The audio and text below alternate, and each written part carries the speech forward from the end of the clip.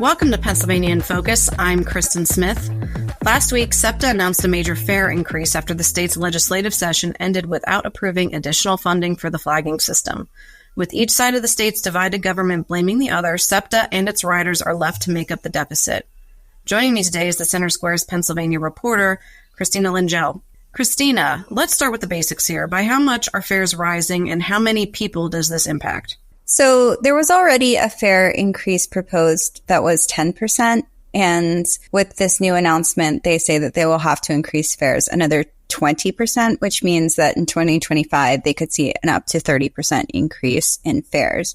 This would affect SEPTA has approximately between 700 and 800,000 riders per day. So it's quite a few people, and most of those people are using SEPTA for their basic transportation needs to get to school, work, etc.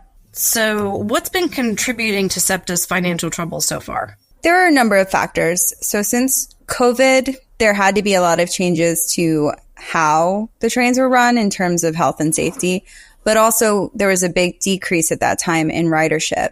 And there were federal funds made available for a while, and those federal funds are now running out. So that makes a big difference. They're not getting as much revenue from riders. Additionally, inflation costs, just like they're impacting everyone else, they impact SEPTA in terms of the resources that they need to keep the trains running, the gas that they're buying for the buses. All of these things are expensive for them, just like they're expensive for everyone else. So there's been some attempts in the legislature to provide more support, right? Can you tell us more about that? Yes. So this was a big priority. Governor Shapiro said it was a priority for him, and it's definitely been a priority for House Democrats in the Philadelphia region.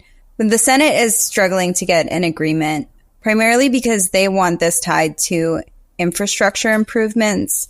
Pennsylvania has a lot of issues with roads and bridges, and a large number of the representatives, their constituents are not in Philadelphia. So they really want to see funding go to address their problems.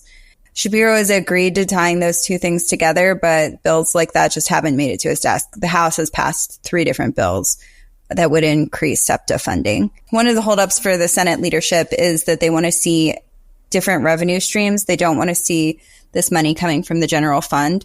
So one suggestion was tying it to skills games reforms that would tax skills games and bring in additional state revenue.